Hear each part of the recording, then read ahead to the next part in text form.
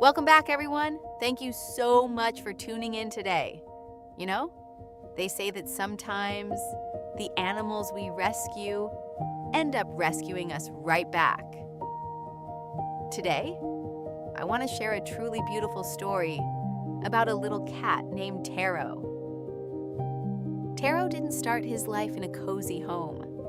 No, he was found shivering on the streets in the cold city of Los Angeles, hidden away by a trash area, just a tiny, helpless stray kitten. But fate stepped in, and he was adopted by a young woman who was living alone and quietly fighting a very heavy, lonely battle with depression. From day one, Tero was different. He wasn't distant or aloof, like people often think cats are. In fact, his living human partner says he acts more like a puppy. He follows her from room to room, greets her right at the door, and has this incredibly gentle, sweet personality. Whenever the darkness of depression starts to creep in, Tero is right there, purring softly, nudging her hand, offering a silent kind of comfort that words simply cannot match. Thanks to this little furball, she is healing, finding her smile again, and overcoming her depression day by day. And here's the wonderful part. Because Tero plays such a vital role in her mental health, her doctor officially certified him with an emotional support animal letter. Thanks to that piece of paper, they were able to bypass the strict no pets policies and those hefty fees that usually make renting so stressful. Today, they live together in a cozy small apartment, tucked away in a quiet corner of the city. It might be small, but to them, it's a castle filled with pure happiness. Now, hearing a beautiful story like Tero's might make you wonder, wait, can any rescued pet become an ESA? Or what does it actually take for a cat to qualify as an emotional support companion? Legally, yes, any cat can qualify if a doctor writes the letter. But in reality, just like our fictional Tero mentioned, true emotional support requires a baseline of good behavior and health. For a cat to truly provide comfort in a home, they need to be fully litter box trained, kept clean, and be up to date on their vaccinations. If a cat is highly aggressive, constantly scratching walls, or having frequent behavioral accidents due to stress, it becomes very difficult for them to be a source of peace. But you know what? We shouldn't just look at a cat and judge whether they are qualified or not. Instead, it is our responsibility as partners to give them the love, patience, and medical care so that they can become well-adjusted, supportive companions. If you decide to rescue a stray kitten from the streets, just like Tero, you have to be ready for the reality of that responsibility. In the beginning, getting them healthy requires an investment.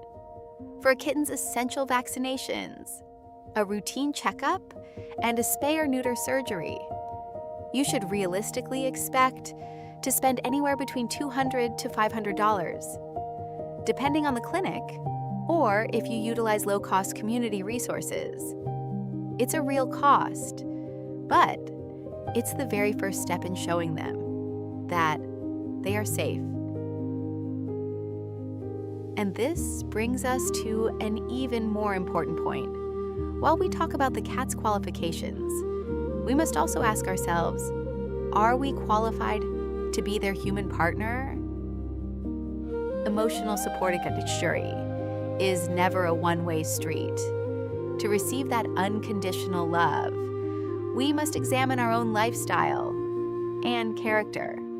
If someone is the type of person who leaves their pet behind to go on frequent unplanned trips, or if they lack the stability to feed them and clean their litter box on a consistent daily routine, then they aren't ready. And it goes without saying, anyone who displays any form of neglect or abuse holds absolutely no right to the companionship of an animal. We must always remember, a cat is not a toy. They are not something we can play with when we are bored, and then push aside or abandon when they become inconvenient. No, they are living, breathing souls who experience fear, joy, and anxiety, just like we do. They are our partners in life, sharing a mutual bond of emotional support. Now, thinking about Tero and all the working animals out there, I had a funny little thought the other day. What if a professional service dog and an emotional support cat met at a park and started talking about their jobs? Imagine a big, handsome golden retriever service dog named Max, wearing his official harness, sitting next to a cool, relaxed cat like Tero inside a carrier. Max's service dog looks over and says, with a deep, serious voice, "Hey there, little guy. Nice day for a walk? I see you're in a carrier. What's your specialized field?" "Me? I'm a psychiatric service dog. I underwent 2 years of rigorous training. I can detect panic attacks before they happen, open doors, and retrieve medication on command. It's a heavy responsibility, but a good dog's gotta do what a good dog's gotta do." Tero the cat blinks slowly, licks his paw, and replies with a calm, confident, slightly sassy tone, 2 years? Wow, sound exhausting me? I didn't go to school. I was actually found by a trash can in LA, but my job, it's equally high stakes.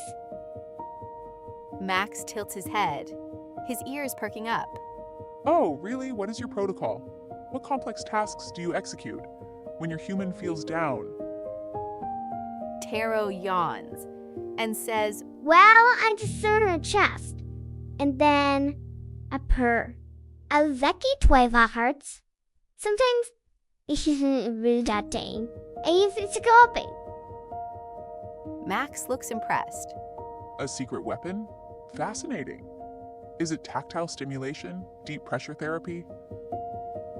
Tero purrs. No, I just tap her face with my soft little paw.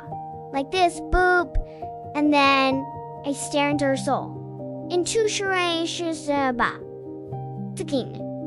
And it works every single time. She smiles, she breathes, and the darkness just goes away. Max smiles, his tail wagging slowly. "You know, Tero, we might wear different uniforms, and I might have the official badge, but it sounds like you're doing real medical magic out there. You save her life every day." Tero rubs against the mesh of his carrier. We both do, Max. You guide their feet, and I heal their hearts. It's a funny conversation to imagine, isn't it? But it holds a beautiful truth. You know, reading Tero's story, it hits so close to home for me because I'm a cat parent myself. I completely understand that profound connection. To be honest, in the very beginning, I hesitated a lot to bring a cat into my life because of my allergies and asthma. I was genuinely worried, but I decided to push through. I took allergy medication consistently for about a month, just enduring it. And you know what? My allergies completely went away. It was like my body adjusted to the love. But the biggest change wasn't my physical health. It was the quality of my life. My entire life changed. Nowadays, on my way home from work, I find myself constantly wondering what my cat is doing.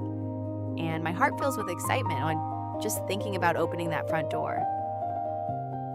When I'm busy doing something else around the house, like my cat will come over, gently tap me with a cute little paw to ask for attention, lean their head in for some petting, and rub their soft body against mine.